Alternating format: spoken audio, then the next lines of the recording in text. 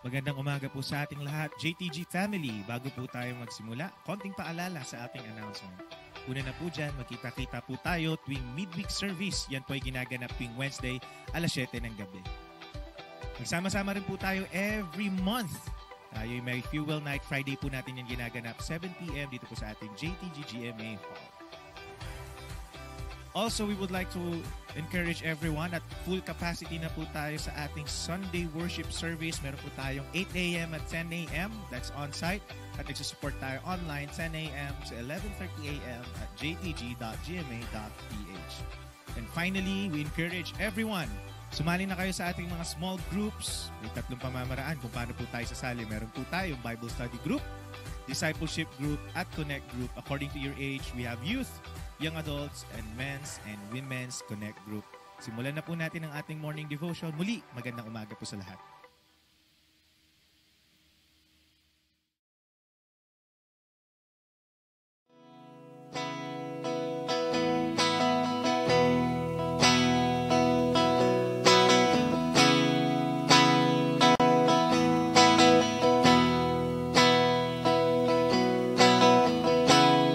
Nothing can separate, even if you run away. Your love never fades.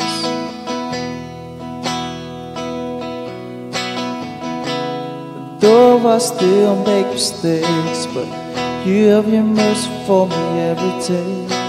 Your love never fades.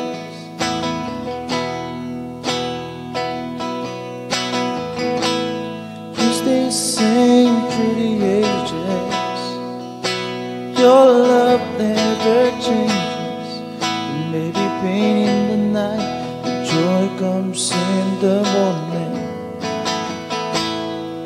And when the oceans rage, I don't have to be afraid, because I know that you love me. Your love never fades.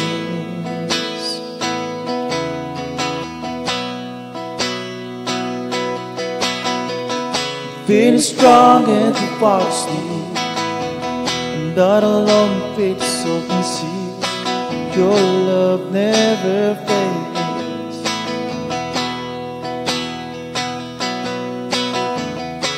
This chasm is part of life, and every thought of which the other side. Your love never fades.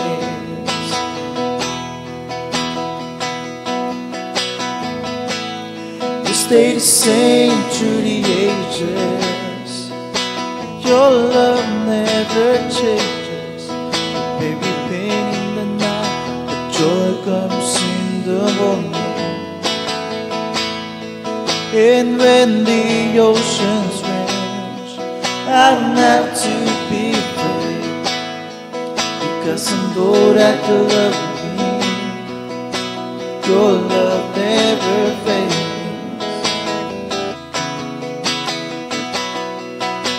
Your love never fades.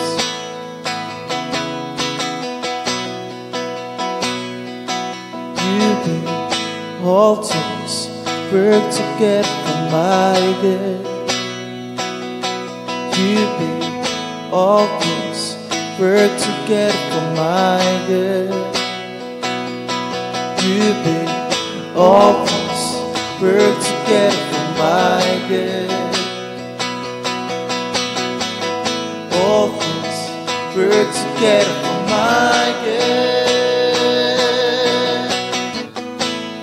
You stay the same through the ages. Your love never changes. There may be pain in the night, but joy comes in the morning. And when the oceans rage, I don't have to be afraid, because I know that you love me. Your love never fades. Oh, your love never fades. Your love never fades.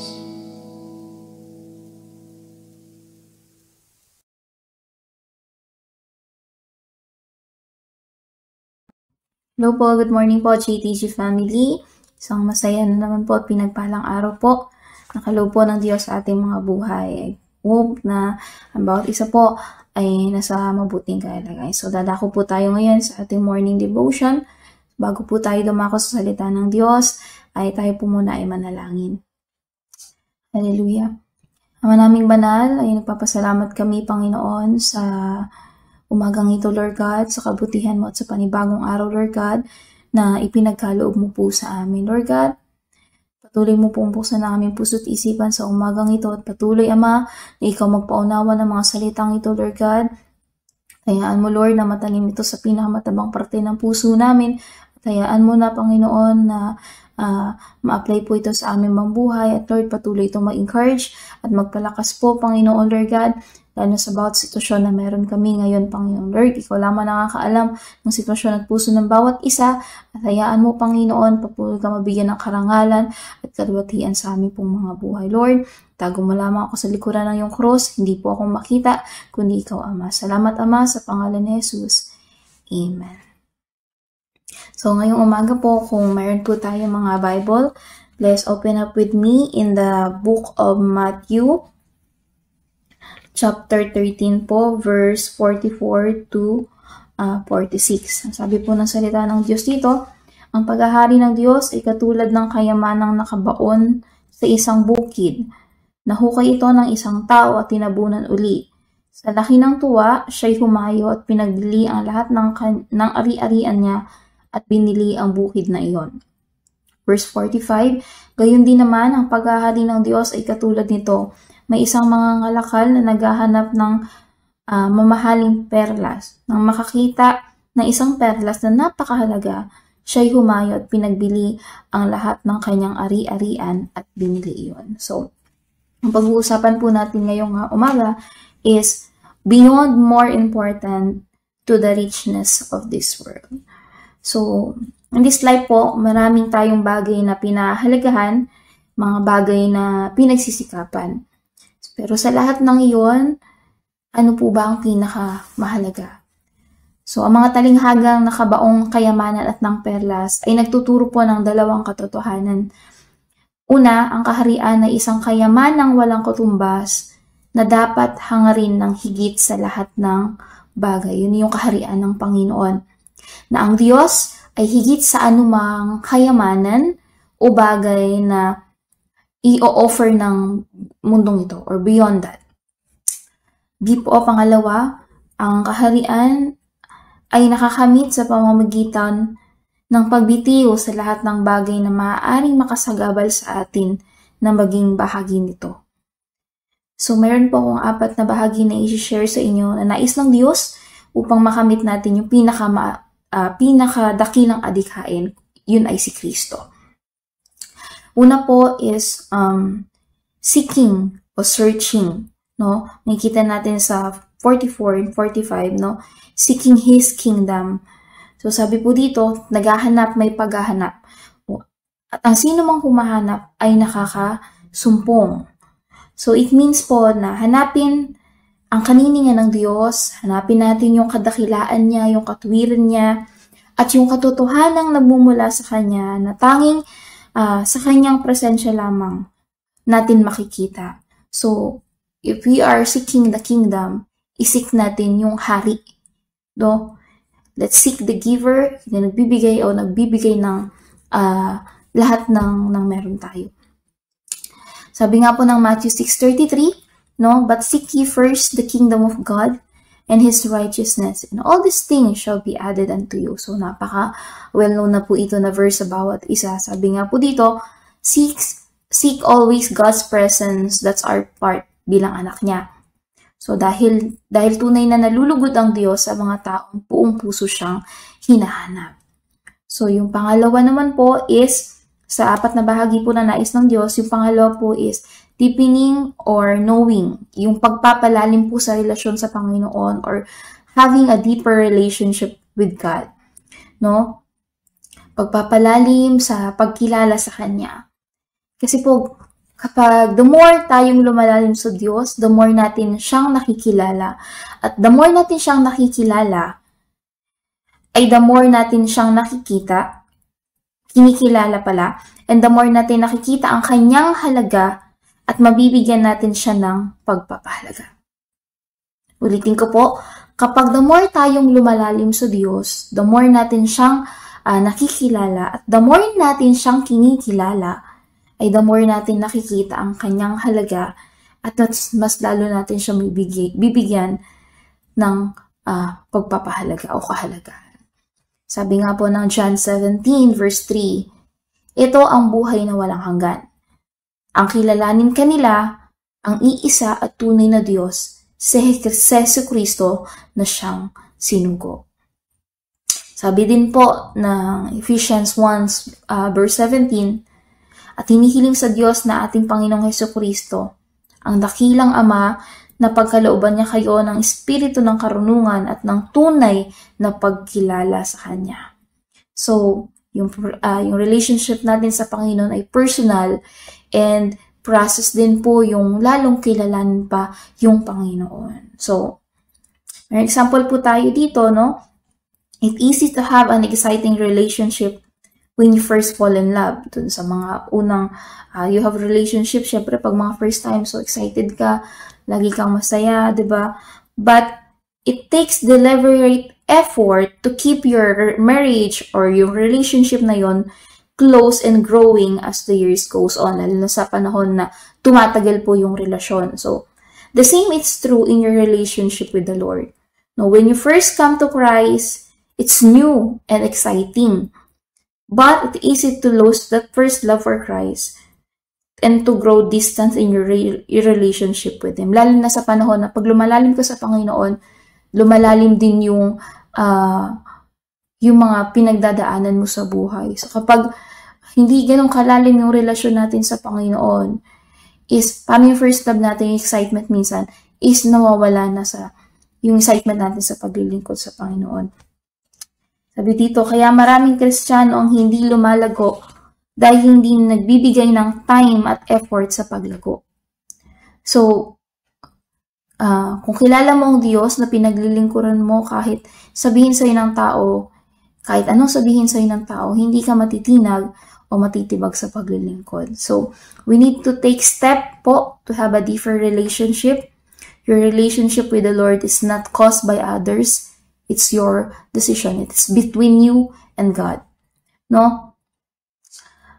So, this is how you keep your relationship with the Lord. Syempre, you need to give time and effort, yung constant attention sa Panginoon, no?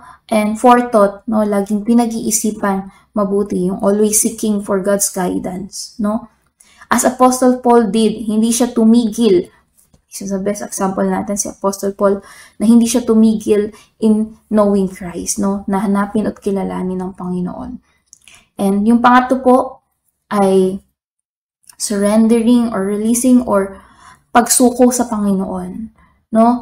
Isuko yung buhay natin sa Panginoon. So, and i-let go ang lahat ng sagabal, no? Isa sa pinakasagabal is yung sagabal sa pag-enter dun sa kingdom ng Panginoon is yung kasalanan, no? Yung lust of the flesh, lust of the eye, no? Sa atin, upang maging kaharian maging bahagi ng kaharian Diyos. Yun yung kasalanan, yung nagiging hadlang para hindi tayo makapasok o hindi tayo maging bahagi ng kaharian ni Kristo. So, ibig sabihin, nung sinabi doon sa verse na 45 po, na makikita natin, na ipinagbili niya, no, yung lahat ng kanyang, sa verse 46 po, na ipinagbili niya po yung lahat ng kanyang ari-arian, ay dapat po nating maunawaan na ay dapat nating ibaling ang ating buong puso mula sa ibang adhikain from this world, no? Yung heart natin, let's turn it, yung desire natin is mas i-desire natin yung pinakadakilang adhikain, yun ay si Kristo. We need to fix our eyes to Him. Dahil si Kristo lang ang tunay at natatanging kayamanan na pang forever. Sabi nga po sa Lucas 9:23 verse 24, sinabi niya sa lahat, kung ibig niyo namang sumama sa akin, limutin niya ang ukol sa kanyang sarili, pasanin araw-araw ang kanyang krus at sumunod sa akin. At naghahangad na magligtas ng kanyang buhay ang siyang mawawalan nito, ngunit ang mag-aalay ng kanyang buhay alang-alang sa akin ay siyang magkakamit noon. So, it takes a lot of sacrifices din po in following God. So, let's pray always na bigyan tayo ng Lord ng kalakasan to surrender everything to Him. Surrendering to God means letting go of our plans and letting God have His way in every aspect of our lives. Bakit nga ba natin kailangan i-surrender sa Panginoon? No? Full surrender to God means that we accept Jesus as our Lord and Savior. Na if we surrender to Him, ibig sabihin kinikilala natin ang pagiging Diyos at tagapagligtas ni Kristo sa buhay natin. It is an act of obedience and complete trust. Surrendering to God, it is an act of obedience and complete trust. Paano nga ba natin i-surrender yung buhay natin sa Panginoon? No? Surrendering to God through prayers. Pananalangin, let go and let God direct our plan. Katulad kanina sinabi natin, let's continue to seek God and seek godly counsel. Mingi tayo ng mga advice, no?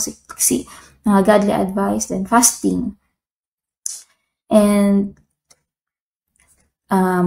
we need to be in step with God so that not only did we seek Him, no, hindi lamang natin siya sinisik sa kanyang plano, in His planning, but also dun sa timing ng Panginoon. No? So, pang-apat po, lastly po ito, is keeping or valuing our relationship with Him. Pahalagahan o ingatan natin yung relasyon na meron tayo sa Panginoon. Kasi dumarating tayo sa panahon na nanghihina tayo, maaari tayong mawala. Kasi alam nyo naman ang kaaway is stealer siya, killer, and destroyer siya. So keep and value our relationship and our identity bilang mga anak ng Diyos. Although, ito po yun na tanging sa kahabagan lamang ng Diyos, kaya tayo nakakapaglingkod. So, let's keep also a decision na keep or i-value natin yung relationship natin sa Panginoon. Yung relasyon natin kay Kristo, ang ating access or key to enter the kingdom of God and inherit ang kayamanang kaloob ng Diyos. Ito ay ang buhay na walang hanggan na kasama siya. Without access, we cannot enter His kingdom. So bilang conclusion po, since we have the access to all God's richness, the time that we accept the Lord Jesus as our Lord and Savior, that's also the time na He started to reign in our lives, na naghahari ang Diyos sa buhay natin. I hope we always be reminded to always seek God's presence, seek His word and His will for the clearer directions of our life. Pangalawa, continually deepen, digging the foundations of our relationship and faith in Christ so that we can stand to all trials that we going through encounter o lahat pa ng mga may encounter natin sa buhay and continually na kilalanin siya ng malalim pa for He is the eternal life. Siya yung buhay na walang hanggan. Pangatlo, to fully surrender our lives, our heart, our will, and our decision to His guidance and mandate so that no hindrances, walang maging hadlang sa pagpasok natin doon sa kaharian niya at walang maging hadlang sa kanyang mga pagpapala. And lastly, always keep and value the relationship and identity that we had in Christ so that we can inherit all the richness in heaven, which is more important rather than the richness na mayroon dito sa mundong ito. And kasama tayo niyang mamumuhay at maghahari magpakailanman. So, yun lamang po. I hope po ng bawat isa ay matututunan. Patuloy natin idalangin sa Panginoon na makita natin na yung kahalagahan ng relasyon at knowing God deeply, seeking God sa buhay po natin. So, yun lamang po. God bless po everyone.